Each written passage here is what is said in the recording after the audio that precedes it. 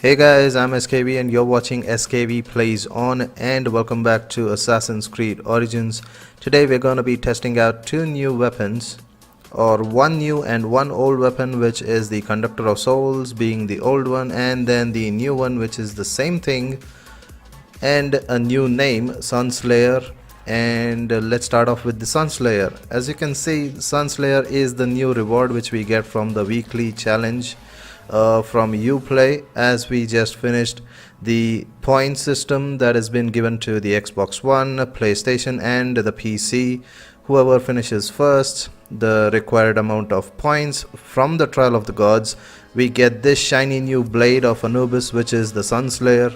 It's not that different from the Conductor of Souls, but as you can see, it does a pretty devastating critical damage to every enemy in its path.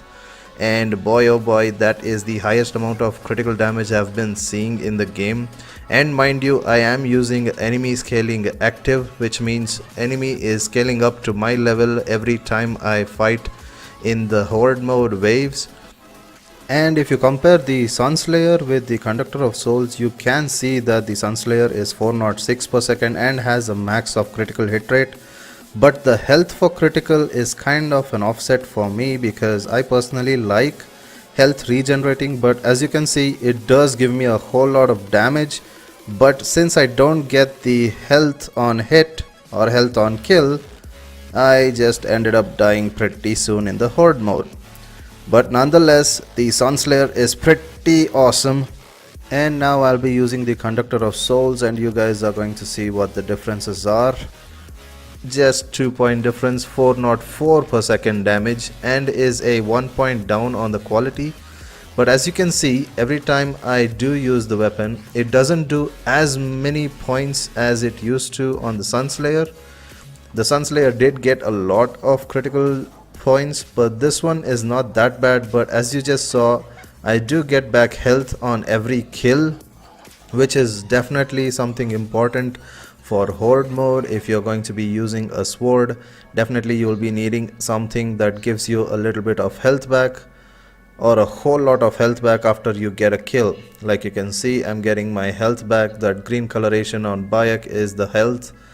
And also you can see that because they both have the same damage status, and as you can see, the health on kill is much better for health for critical.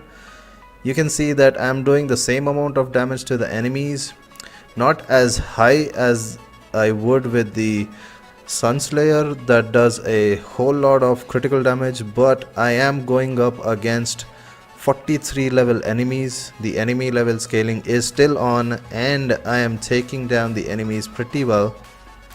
I must say that the Conductor of Souls was much more helpful for me to keep myself alive with the health on kill. But if you want to choose between the two, I would say pick the Conductor of Souls for horde mode and pick the SunSlayer for everything else, because SunSlayer is just a whole lot of devastating damage on its own. And when it comes to the best weapon in the game, well, I would say that the Conductor of Souls is still out there as the best one in the game. So maybe you guys can check it out yourself, both the Conductor of Souls and the SunSlayer weapon, both of which are now available if you have finished the points that are required for the Trials of the Gods for SunSlayer, and also if you have done all the 4 times of the Trial of the Gods, you will get the Conductor of Souls along with this cool Anubis outfit.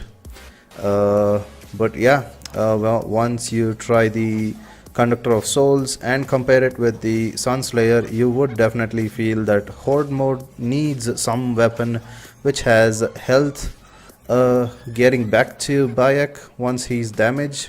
But if you're using SunSlayer, then you may have a whole lot of power to get fast amount of kills, but you may not have enough power to get back a little bit of health to yourself, and you may not last for too long, because if you're playing in enemy level scaling up like me, well, at best you can go up to wave 10 with the SunSlayer according to me. But then with Conductor of Souls, I went all the way up to wave 15, but I could only complete up to wave 14 because I'm gonna die in this wave pretty quickly. As you can see, it's about time that I was done with this, and boom, we're done. Anyways, that's about it, guys. I hope this was pretty helpful on figuring out which weapon could be the best. And also, thanks for watching. Please do subscribe to my channel and do give this video a thumbs up. And until next time, see ya.